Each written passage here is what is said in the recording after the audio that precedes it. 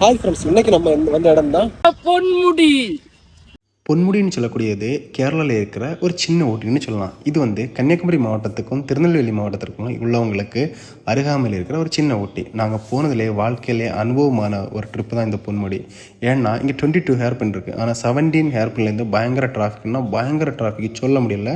நாங்கள் ஒரு 1.5 ஹவருக்கு மேலே மட்டுமே நாங்கள் வந்து டிராஃபிக்கில் மாட்டிட்டோம். டிராஃபிக்னா சின்ன விஷயந்தான். டிக்கெட்டு செக் பண்ணுற இடத்துல வந்து ஒழுங்காக அவங்க பண்ணலை, டிக்கெட் செக் பண்ணலாம், அதுதான் டிராஃபிக்கு.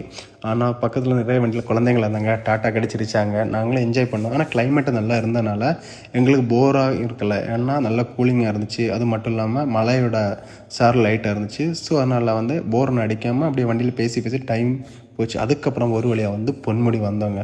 பொன்முடி வந்த பிறகு பொன்முடியில் இருக்க வரையாடு ஸ்டாச்சுவில் வந்து ஒரு வீடியோலாம் எடுத்துகிட்டு பார்க்கிங் ஏரியா வந்தோம்.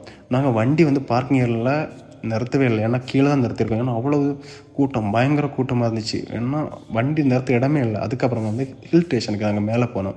அந்த டைமில் தான் கொஞ்சம் கொஞ்சமாக ஃப்ளாக் வந்துச்சு. சரியா, அதோட நேற்றுக்கு வந்து கிளைமேட்டும் கொஞ்சம் நல்லா இருந்துச்சு. ஆனால் நேற்றைக்கு சண்டே அன்னைக்கு வந்து யாரெல்லாம் பொன்முடி போனீங்களோ கீழே கமெண்ட்ஸ் பண்ணுங்கள்.